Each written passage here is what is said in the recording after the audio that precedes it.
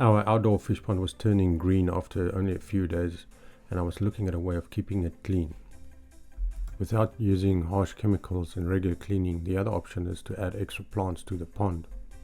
Then with too many plants in the pond, you won't be able to see the fish. Finding a way to add extra plants without obstructing the fish, I started my thinking on ways of adding extra plants using aquaponics to make the fish more visible and protect them from wildlife and cats and dogs. I was thinking about inverted fish tanks and adding that to the pond. Aquaponic systems, you have the advantage of adding as many plants as you want to take out any extra nutrients and not obstructing the fish. Combining the hydroponics and inverted fish tank, I designed my own system. At the local pool guide, you'd be able to find all the necessary fittings to do aquaponic system. Putting the pipes together and drilling the holes big enough for the aquaponic nets. The top was a catchment area just from an old bucket. In the top I added a little fountain sprinkler and just testing the system to make sure the water drains all the way through. This design uses drainage from the top catchment area to the elevations where the plants are. Testing to see the water levels, found that the bottom one was too high and I had to enlarge the drainage holes. From here it cascades back into the pond. With a small aquaponic system, it's best to use plants that don't bear fruit or flowers. Within a few days I was already noticing that the water clarity was getting better. A few days later I received my special design fish tank. It was time to combine the two units. I made a stainless steel frame at the bottom for the fish tank to stand on and give the fish access to the tank.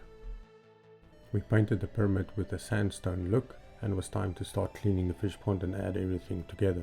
Our original 10 fish, we only had one left, so the inverted fish tank was also a way of protecting the fish from wildlife, cats and dogs. There's various ways of sucking the air out and raise the water level inside the inverted fish tank.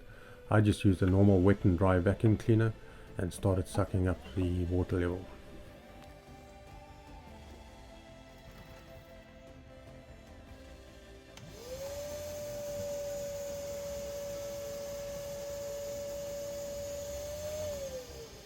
To remove the last little bit of air, you can use a fish tank pipe with a little bit of flotation, stick it up all the way and then just suck out the air.